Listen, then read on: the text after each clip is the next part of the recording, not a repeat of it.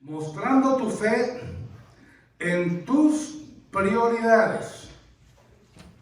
El pasaje bíblico es de 2 capítulos de Santiago, el 4, los últimos versos 13 al 17, y el 5, del 7 al 11.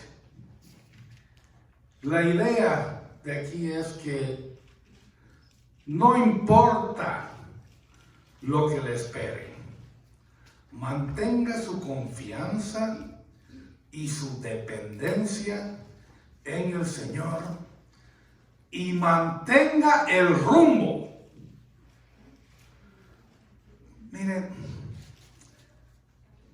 todos, bueno, que iba a traer el ejemplo que daba en la revista, pero medio que no me cuajó lo del muñeco de nieve, y será porque nunca vi la película esa Frozen, así que lo descarté ese ejemplo. Todos tenemos o hemos sido testigos de ejemplos de planes que enteramente no salieron como se anticipaba, y les voy a compartir mi ejemplo. El plan: mi madre, mi hermano mayor que está por llegar, y yo, un muchachito de 17 años recién salido de bachiller, y esto fue 2 días después de salir de bachiller. Y la idea era, el plan número 1: Victorcito, mira, has trabajado muy duro todo el año como profesor de inglés en el Centro Boliviano Americano, y con eso te has podido comprar tu boleto de ida a los Estados Unidos. Esto era en Bolivia. De ida a los Estados Unidos. Por cierto, no me había dado cuenta de que no había boleto de vuelta, por si acaso había que tocar retirada. Pero bueno. Y también has cumplido tu sueño, me dice, de hacerte, pero a sastre, ya bien a medida, todo, un terno de 3 piezas. Es que yo ya estaba cansado de estar pidiendo prestado un saco para cada quinceañero.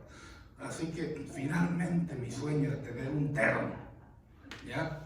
Bueno, entonces, a eso le vamos a complementar que tu hermano mayor, me dicen, te está pagando la matrícula por un semestre, más el techo y comida en los dormitorios del college por un semestre. Punto número 2 del plan: te consigues un trabajo allá de medio tiempo para tus gastos y ahorrar, muy importante. Número 3: estudiar duro, y de perdida para el siguiente semestre te van a becar, porque tú eres muy inteligente, mijo. Y lo que estaban haciendo era empujarme a que yo quiera salir, porque no me querían de vuelta. Ellos querían que yo salga de Bolivia, pero a toda costa, porque andaba en malos pasos. Número 4: continúa ese patrón hasta egresar. Muy bien. Llegué y estaba en una zona muy rural, que yo nunca pensé que había algo así de rural en los Estados Unidos. Pero esto era muy rural, la zona, en Mississippi. Pero una vez entré en el college, gracias al Señor, bueno, el punto número 2, conseguí 20 horas semanales de trabajo, ¿ya? Y esto eran diversos, pues, en la cafetería, les enceraba el piso con esas maquinotas que se lo llevan a uno, ¿ya?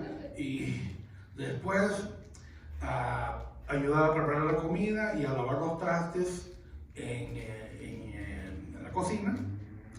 Y también era barrendero y limpiar todo el libro, todo el edificio, incluyendo baños, del edificio de ciencias. Todo eso eran 20 horas. Pero lo que yo no me había dado cuenta es de que esa era la única forma en que la universidad, ese college, que era minúsculo. O sea, esto era al lado del Cerritos College, esto era un piojo tuerto. Pero bueno, esa es la única forma en que proveían alguna ayuda financiera ahí en el college. Entonces, ¿qué significaba eso? No había becas. Bueno, entonces estudié duro y ¿cuál beca? Las becas eran en las universidades más grandes y eran generalmente, en su gran mayoría, para los deportistas. Yo no era deportista. Así que después todavía hice un intento más para no alargársela. Terminé el año en Seattle, Washington. Esto era enero, lo que les acabo de contar.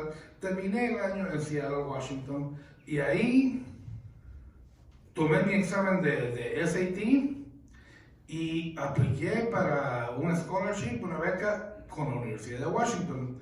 Me sientan y me dicen, hay varios requisitos, muchos requisitos, pero el principal es, y yo para ese entonces ya me había conseguido un trabajo tiempo completo ahí en Washington.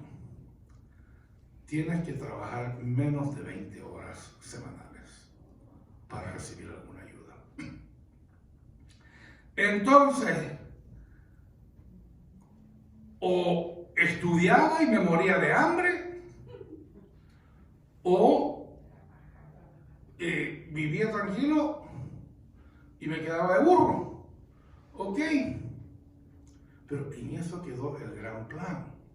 Y algo muy interesante es de que el polo opuesto fue mi hermano mayor, que años antes él había venido a Estados Unidos y él, en Bolivia, él noviaba con la hija de un diplomático nicaragüense que lo trasladaron a Guatemala.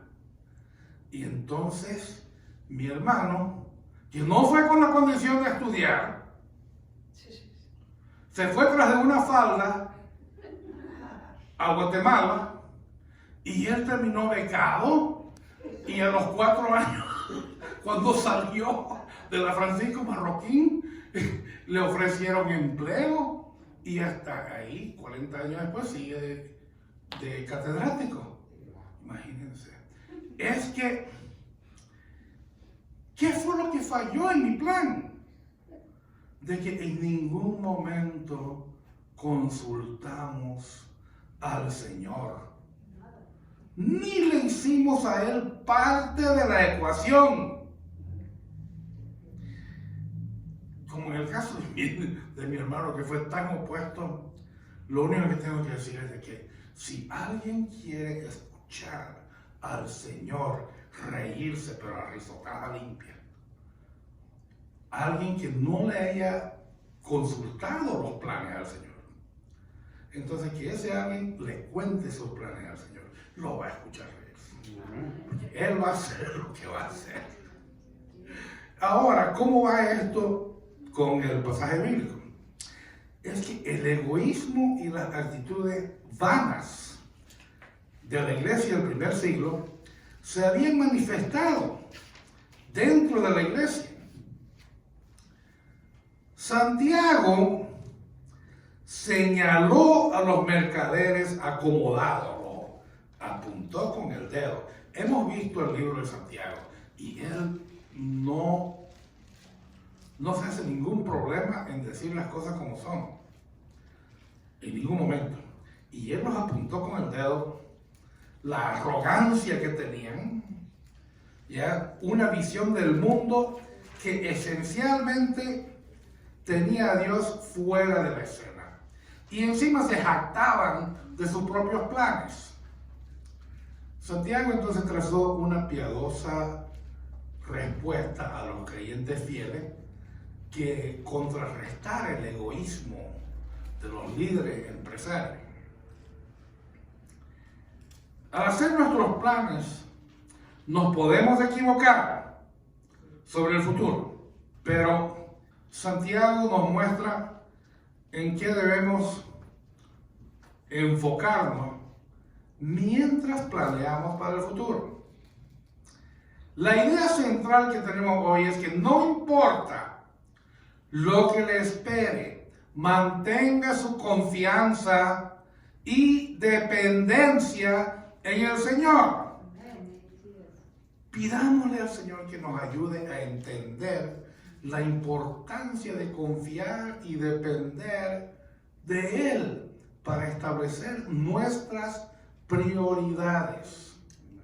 Yo tenía mis prioridades, pero no tenía confianza en el Señor. Yo no conocía al Señor. Agradezcamos, porque Él es infinitamente fiable. Esa es la palabra. Entonces, leamos ahora Santiago, capítulo 4, versos 13 al 17. Dice: vamos ahora, los que decís, hoy y mañana iremos a tal ciudad y estaremos allá un año y traficaremos y ganaremos, cuando no sabéis lo que será mañana. Porque ¿qué es vuestra vida? Ciertamente es neblina que se aparece por un poco de tiempo y luego se desvanece. En lugar de lo cual deberíais decir: si el Señor quiere, y esta palabra subráyala, si el Señor quiere, viviremos y haremos esto o aquello. Pero ahora os jactáis en vuestras soberbias. Toda jactancia semejante es mala. Y al que sabe hacer lo bueno y no lo hace, le es pecado. Escudriñemos el verso 13. Santiago se lanzó una fuerte advertencia para algunos negociantes ricos. Y en estudios pasados, nuevamente hemos visto lo directo que es Santiago. Es que tomó de que yo me sumerja en este libro. Ya lo había leído unas 4 o 5 veces, pero yo me tuve que sumergir esta vez.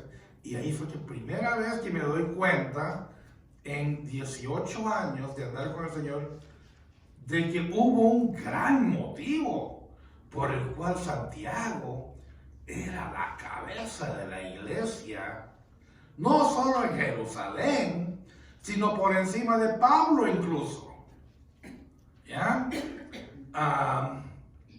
Después de que salió el Señor, después de que se fue el Señor. ¿Ya? Y es que lo directo que es, y su sí es sí, su no es no, no hay in between, nada. ¿Ya? Como la carta iba dirigida a la comunidad de fe, entonces podemos decir probablemente que estos ricachones se congregaban con ellos. Él expuso sus pecados de presuntuosidad y cómo ellos predijeron su propio futuro. Hoy y mañana iremos a tal ciudad y estaremos allá un año y traficaremos y ganaremos. El tono de Santiago insinuaba que consideraba la actitud de estos como indigna de alguien que tiene una relación con Dios. Verso 14. El problema con los planes de esta gente fue resultado de dejar a Dios fuera de sus planes. Los comerciantes presumían de Dios por sus viajes, tal como mucha gente dice: ay, gracias a Dios que me fue bien en esto y esto y esto. pero nunca le preguntaron a Dios. Entonces, gracias a Dios, no vale. Y así estaba en esto. ¿Ya? Santiago recordó, no sabéis lo que será mañana. Estos mercaderes habían hablado como si controlaran su destino. Y él les recordó de que ellos ignoraban lo que incluso traería el día siguiente. Hizo hincapié en lo frágil y breve de la vida. ¿Qué es nuestra vida? Procedió a enfatizar que la vida es neblina que se aparece por un poco de tiempo y luego se desvanece. Verso 15. Aquí se pone bueno. En lugar de estar tan seguros, los mercaderes debían haber hablado sin presumir. Si el Señor quiere, ¿qué le dije que subraye? Viviré. O sea, no sabemos si vamos a vivir al día siguiente. Ya les puse hace 2 semanas que hace un año atrás, de la noche a la mañana, y yo estuve por morirme 2 veces en diciembre. Ya, la vida es frágil, muy frágil. Ya, si el Señor quiere, viviremos, deberían decir, y haremos esto o aquello. Quería que los empresarios entendieran que sus vidas pertenecían a Dios, más aún con distinción, pertenecían al Señor. Ese es su nombre. Y no la de Dios como un concepto subjetivo que, bueno, al árabe es Alá y a los paganos es los dioses. No. Santiago quería que se sepa de que la vida pertenecía al Señor. ¿Ya? Al usar la expresión la voluntad del Señor, Santiago especificó al único Dios. No quería que dijeran si el Señor quiere cada vez que hablaban de planes futuros y agregarle si el Señor quiere como un apéndice, sin haberlo incluido el Señor en sus planes. Versículos 16 y 17. Santiago los acusó abiertamente de jactarse en lugar de confesar la dependencia de Dios. Quería que los lectores no tuvieran nada que ver con ese sentido de orgullo autosuficiente. Muchos, tanto hoy como 2000 años atrás, no considerarían, y muchos no consideramos hoy en día, que jactarse de la capacidad de uno para adquirir posesiones y planificar, no lo vemos como un problema espiritual. Y sí es un problema espiritual grande. Cuando yo escucho, yo voy a comprar esta casa y en 5 años va a tener una plusvalía que se la voy a sacar y van a bajar los intereses y voy a hacer un refinanciamiento y con eso que saque voy a comprar unidades y las unidades se van a pagar solas porque con los inquilinos, por supuesto, y después están llorando cuando los inquilinos se van, ¿ya? Y todo esto, los planes que hacen, si salen bien, no lo incluyeron al Señor, si salen bien, dicen después, tal vez digan, gracias Señor. Pero si no salen bien, no se dan cuenta que en ningún momento incluyeron al Señor en sus planes, como ese muchachito de 17 años en Mississippi, que nunca lo incluyó tampoco la madre y el hermano. Entonces,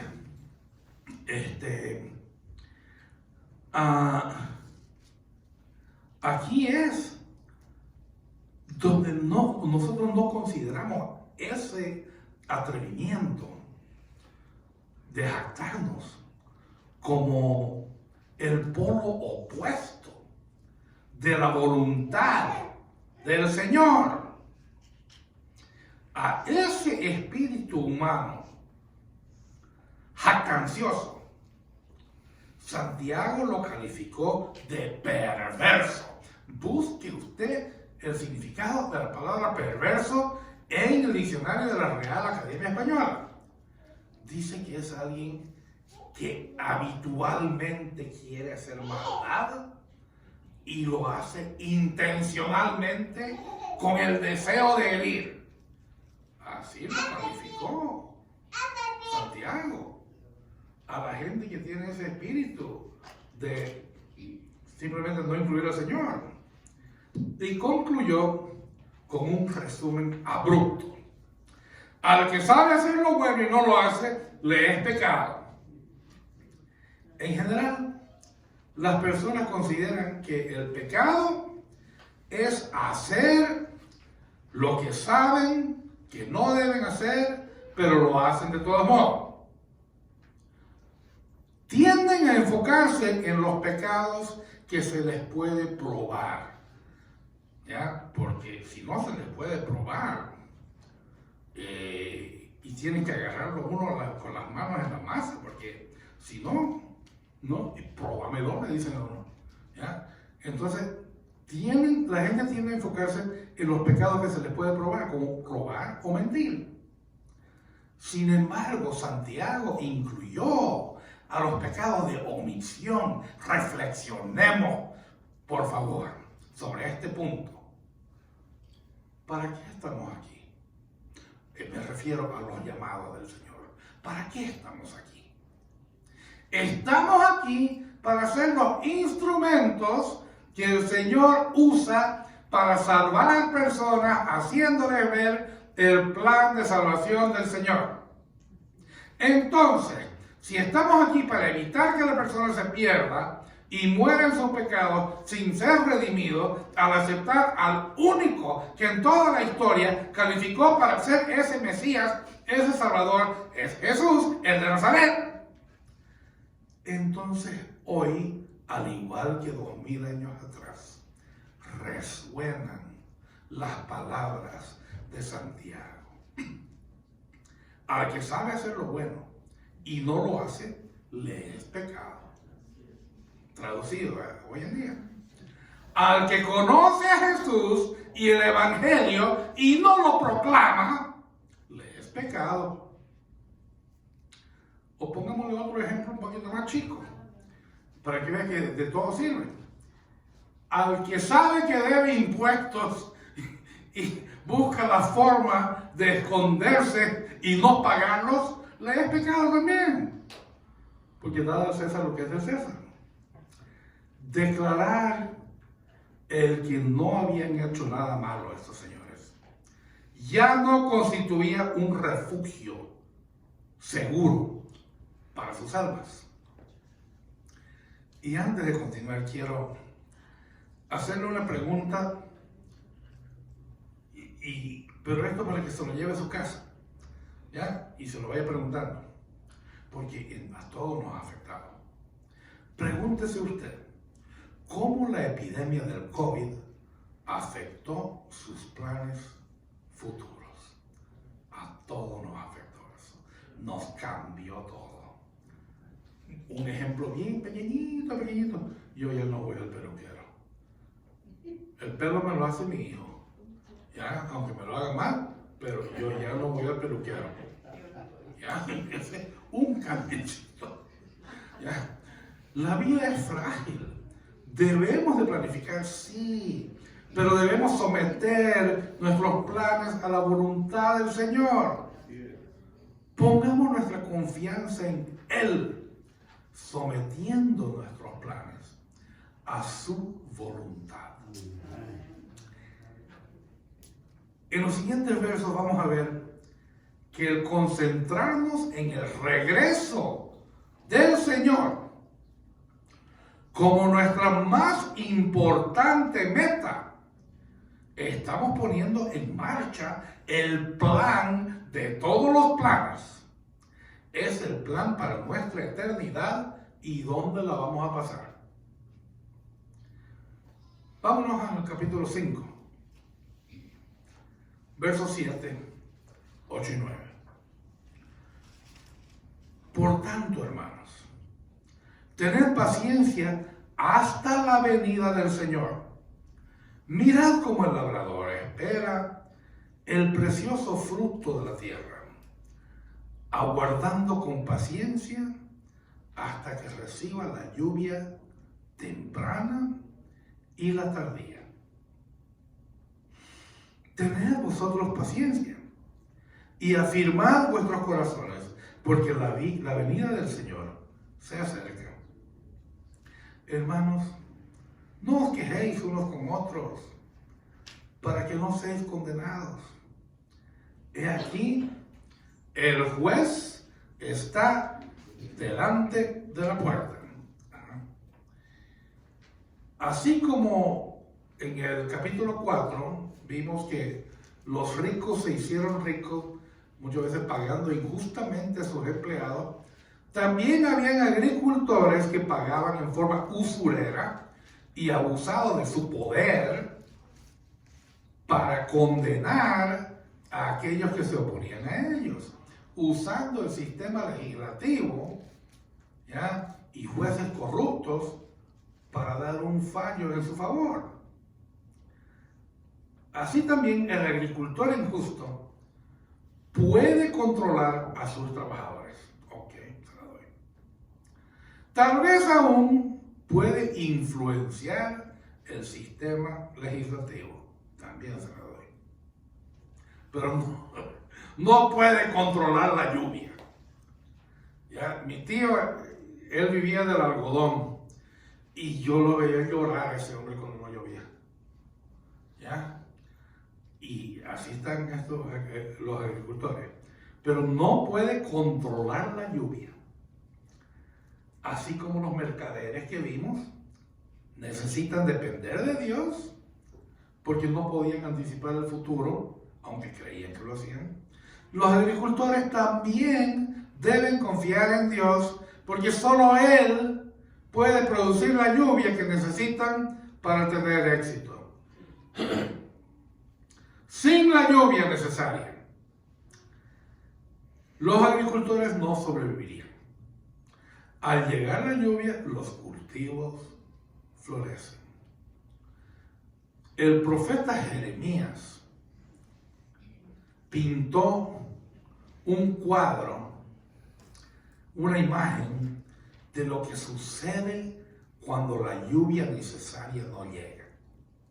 La sequía conduce al luto, pero un luto más feo que el que tengo yo porque ganó Argentina.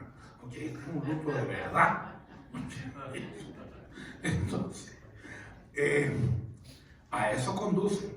Y también conduce a la vergüenza y la humillación. Solo el Señor puede enviar la lluvia. Dependemos de Él para lo que necesitamos nosotros, aplicándolo en nuestros días, y todo lo que tenemos, dependemos solo de Él. Verso 7, veamos. El tono que tiene Santiago volvió a ser más pastoral al explicar cómo la comunidad mesiánica debía responder esperando con paciencia al Señor. Pidió una paciencia marcada por la perseverancia frente a las pruebas, amarse y cuidarse unos a otros, negarse a criticar o refunfuñar contra otros creyentes. Por tanto, esta frase vinculó su llamado a la paciencia con la sección anterior que vimos. Instó a los creyentes a ser pacientes hasta la venida del Señor. La palabra venida en griego se refería a la llegada de un rey o dignatario. Los cristianos lo usaban para referirse a la venida de Jesús al final de toda la historia. ¿Ya? Hasta ese momento, los creyentes deben y debemos esperar con paciencia. Pregunta: ¿es esperar de brazos cruzados sin hacer nada el esperar con paciencia? 1000 veces no. ¿Se le ha muerto a alguien, algún ser querido, que no haya estado buscando al Señor? Y que usted lo sabía. Y no lo buscaba. No le interesaba. Se murió. ¿Dónde está esa persona, aunque usted no se atreva a decirlo? ¿Qué esperamos entonces? ¿Que más y más se mueran sin conocer al Señor, yéndose a una eternidad donde no hay nada bueno porque Jesús no está ahí? El Señor no está ahí. Y es nuestra labor, nuestra comisión, el predicar que nada se puede hacer para ganar la vida eterna. Predicar que Él hizo todo el trabajo de lo que tenemos que hacer. Él lo hizo todo el trabajo y que la única forma de llegar a la vida eterna es con el arrepentimiento, por su gracia, por medio de la fe en Él y su obra ya hecha. Única forma. Si usted está de shopping y no está buscando con quién compartir, entonces no está perseverando en paciencia. I'm sorry. En Palestina, el arado y la siembra ocurrían en el otoño, cuando los agricultores anticipaban las necesarias lluvias tempranas. Esperaban las lluvias tardías en la primavera, ¿ya?, para ayudar que los cultivos maduraran y cosecharan. Los agricultores no pueden provocar las lluvias de otoño o las lluvias de primavera. Deben permanecer pacientes hasta que lleguen las lluvias. Tampoco pueden apurar los cultivos para cosechar, sino que deben seguir esperando con paciencia. Es un negocio de paciencia eso de ser agricultor. La referencia a la lluvia temprana y la tardía en el Antiguo Testamento ocurren en un contexto de afirmación de la fidelidad del Señor. Versículo 8. Santiago aplicó su ilustración agrícola haciendo hincapié: tened también vosotros paciencia, y le agregó: afirmad vuestros corazones. Santiago no enfatizó un tiempo específico para esperar, sino que instó a mantenerse firme en la fe y a no ceder a la duda, al igual que el granjero.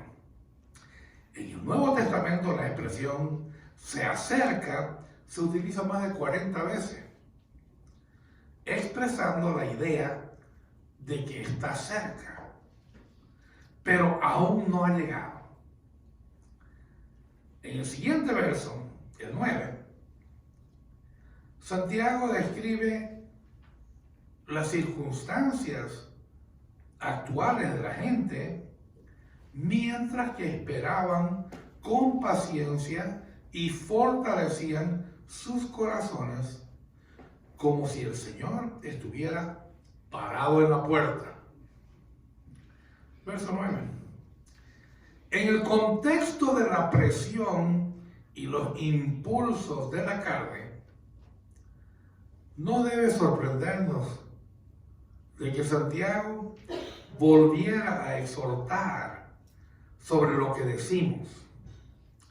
Antes había relacionado, ¿recuerdan? El mal uso de la lengua, ese era Santiago, ¿ya? Él había asociado eso con las pruebas. Ahora dice, no os quejéis unos contra otros, lengua nuevamente. Esto no ayudaría en esta situación. Veamos por qué.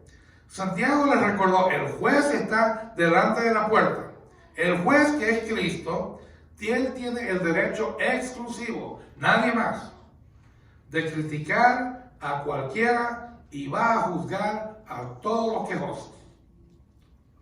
Esto trae la idea de la cercanía de la venida del Señor, no solo como un ímpetu para esperar ese día, sino también como una advertencia para examinar la conducta propia de uno.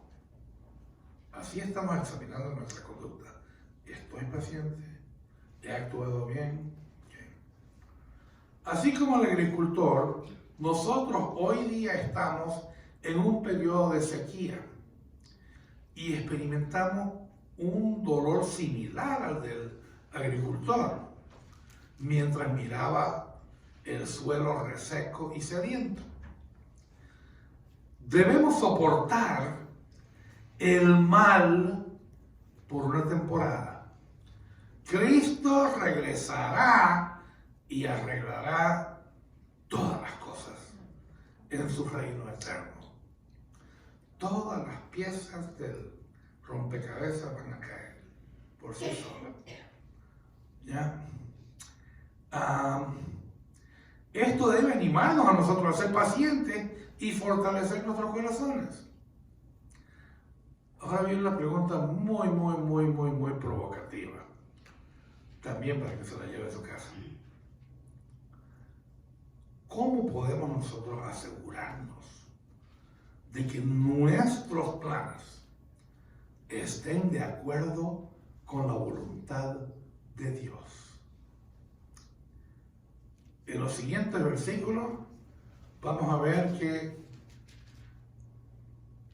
la fórmula, el secreto es simplemente mantener el rumbo, no desviarse. Capítulo 5, versos 10 y 11. Dice, hermanos míos, tomad como ejemplo la aflicción, tomad como ejemplo de aflicción y de paciencia a los profetas que hablaron en nombre del Señor. Noten cómo Santiago, a pesar de haber sido el medio hermano y probablemente el primogénito, después de Jesús, el primogénito de José, él no se refiere a mi hermano. No, él lo llama el Señor. Después de no haber creído en él durante su ministerio, después de no haber creído en él durante toda su vida, ahora lo llama el Señor. Pero él no está enalteciéndose, diciendo, era mi hermano. Siempre es el Señor en todo. Ese es su nombre. ¿Ya? Tomad como ejemplo de aflicción y de paciencia a los profetas que hablaron en nombre del Señor. He aquí, tenemos por bienaventurados a los que sufren. ¿Qué otra cultura, llamémosle, se llama bienaventurados a los que sufren? No solo el cristiano, solo Jesús nos enseñó eso. Bienaventurados los que sufren. Habéis oído de la paciencia de Job y habéis visto el fin del Señor, que el Señor es muy misericordioso y compasivo. Amén. Santiago nos señaló el ejemplo de los profetas. Los siervos del Señor estaban familiarizados ¿con qué? Con el sufrimiento. Búsquelos desde el primero hasta el último. ¿ya? A pesar de que los profetas sufrieron dificultades e incluso persecución, torturas, muerte, no se dieron por vencidos. Fórmula: ellos mantuvieron el rumbo. Mantuvieron el rumbo. Venían los vientos y todo. No, mantuvieron el rumbo. Verso 10. Santiago advirtió contra cualquier queja que pudiera haber llevado a represalias y señaló a los profetas como ejemplos de vivir fielmente en un ambiente hostil sin recurrir a la violencia. Viviendo en un ambiente hostil, pero sin recurrir a la violencia. Eso es admirable. Al permanecer confiados en que el Señor los escuchó y actuaría con juicio, podían perseverar hasta el regreso del Señor, ¿ya? Como los profetas. Al igual que el granjero, Santiago señaló a los profetas que hablaron en nombre del Señor. Esto lo dijo para enfatizar que la paciencia no significa inactividad. Los profetas estaban busy, ya estaban ocupados. Nosotros también debemos estar ocupados. Los profetas fieles continuaron hablando la verdad, arriesgando el que los hicieran pasar por ridículo, lo menos, el que los torturaran, el que los mataran. Los cristianos judíos habrían conocido la historia de los profetas, los cuales fueron difamados y perseguidos en gran medida.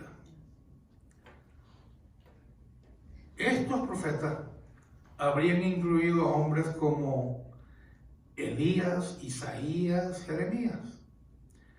Y en específico, en esta carta de Santiago, él incluye en el capítulo 2 a Rahab e incluye también a Abraham. En el capítulo 5 incluye a Job y a Elías. Jesús, recuerde usted, en Mateo 23:37, Jesús culpó a los judíos por el sufrimiento que soportaron los profetas que Dios envió. Recuerden ustedes, Esteban, yo lo recuerdo porque ese fue mi primer sermón aquí, ¿ya? Hechos capítulo 7. Esteban, predicando antes de ser apedreado, observó: ¿a cuál de los profetas no persiguieron vuestros padres? O sea que todos sufrieron.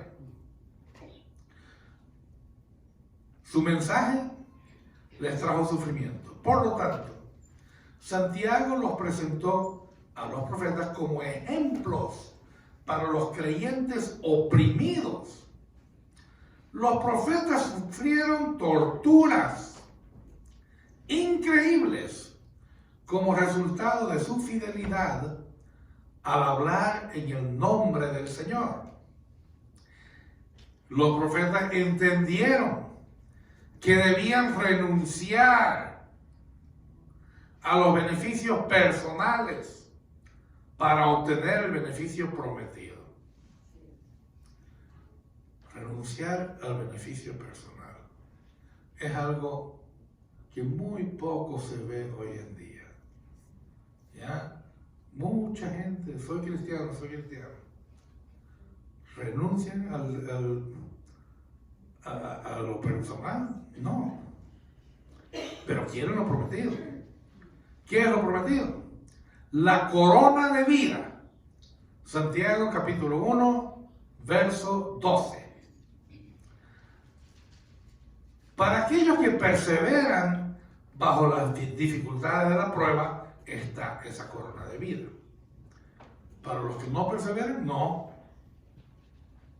Para los que dicen que perseveran, pero que ¿Quieren vivir una vida de magnate y todo? No. Es para que perseveren. Al llamar a sus lectores, Santiago, a imitar el ejemplo de los profetas, él los unió y unió varios temas que recorrían toda la carta. Entonces, vemos que los profetas entendieron que para disfrutar de la corona de la vida prometida, su servicio fiel como portavoces del Señor significaba que iban a perder los beneficios personales e incluso la notoriedad. Iba a ser todo anónimo. Nadie los iba a poner en alto y decir, mira cómo ese está persiguiendo. No. Iba a ser todo anónimo. Ya la notoriedad la perdieron. Eso es algo muy difícil. Ok. Sus ejemplos testificaron que Dios, el Señor, se preocupa por los creyentes cuando experimentamos sufrimiento por su causa. ¿Ya? Es sufrimiento el que perdí el trabajo porque llegué muchas veces tarde, porque cada vez me dormía. No, eso no es sufrimiento. No está diciendo esa persona, ¡ay! Estoy sufriendo. Pero no, eso no es por su causa. Las vidas fieles y piadosas tienen mucho poder. Verso 11. Santiago usó a los profetas como ejemplo. Tenemos, dice, por bienaventurados a los que sufren. Bienaventurados los que sufren. ¿Okay? Él quería que los lectores hicieran una relación con sus circunstancias actuales, lo que ellos estaban pasando actualmente, al igual que lo que muchos de nosotros estamos pasando hoy en día, ¿ok? Entonces vemos y tomamos aliento en eso. Bienaventurados, ¿ya? Los que sufren.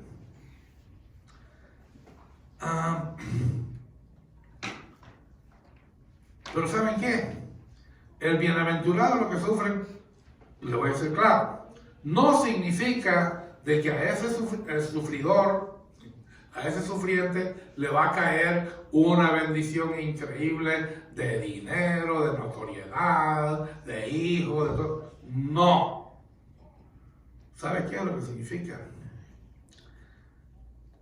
La resistencia que el Señor da contra toda prueba.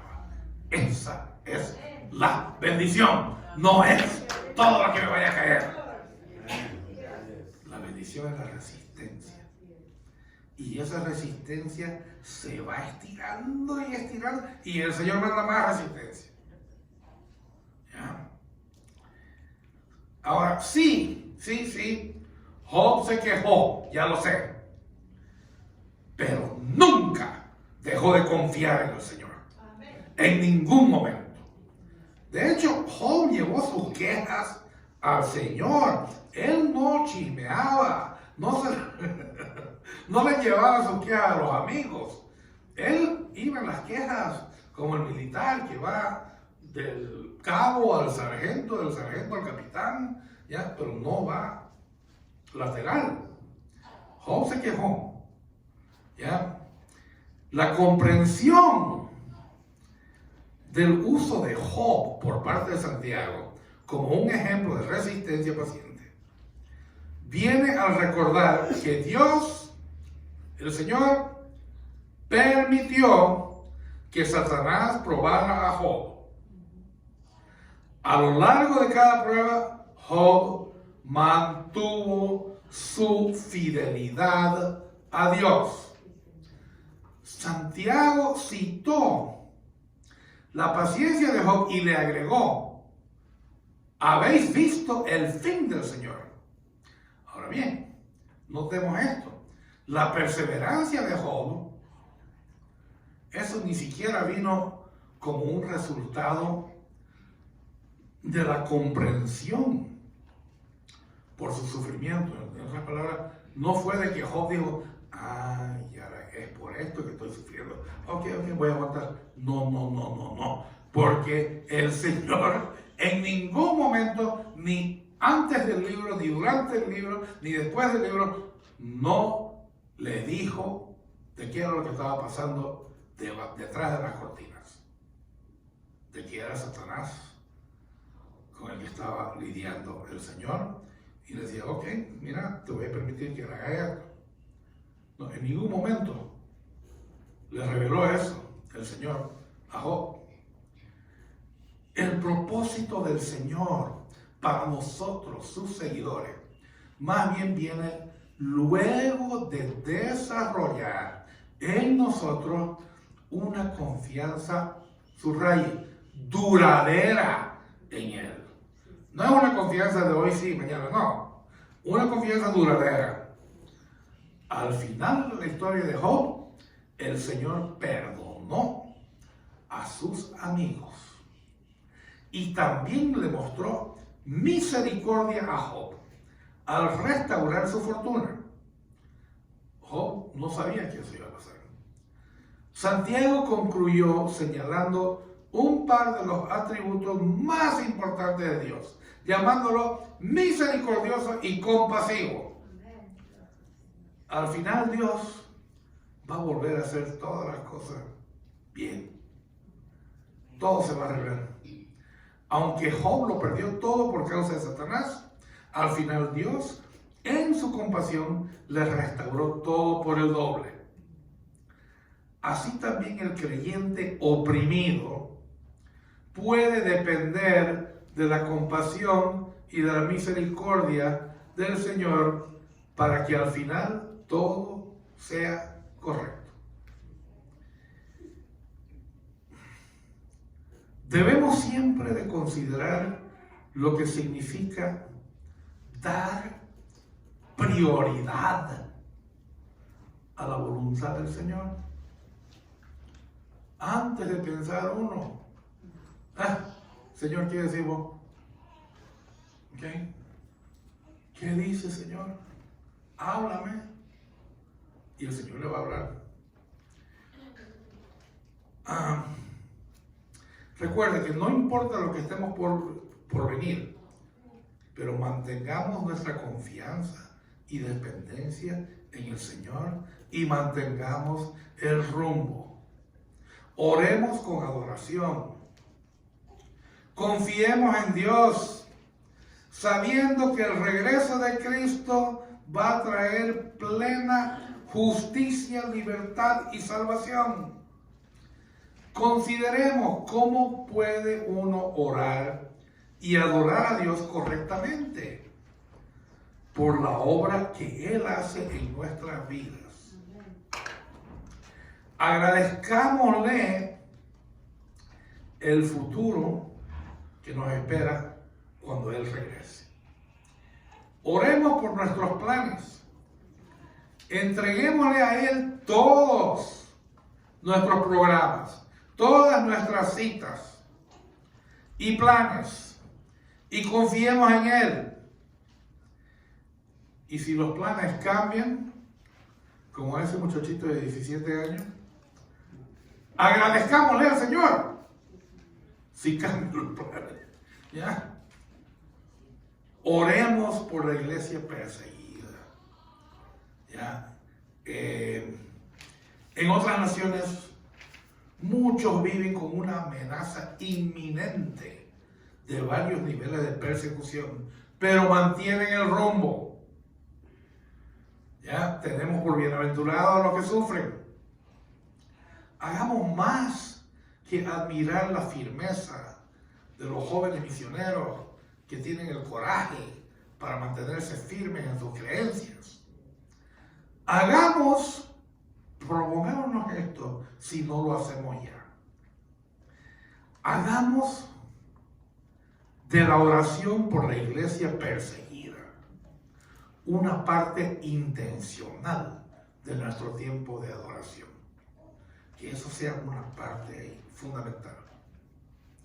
Porque a diario vamos a enfrentar circunstancias imprevistas y nuestras opciones pueden no parecer atractivas. En esos tiempos es todavía aún más importante que nos volvamos al Señor. Él tiene un plan para nuestras vidas y ese plan es bueno.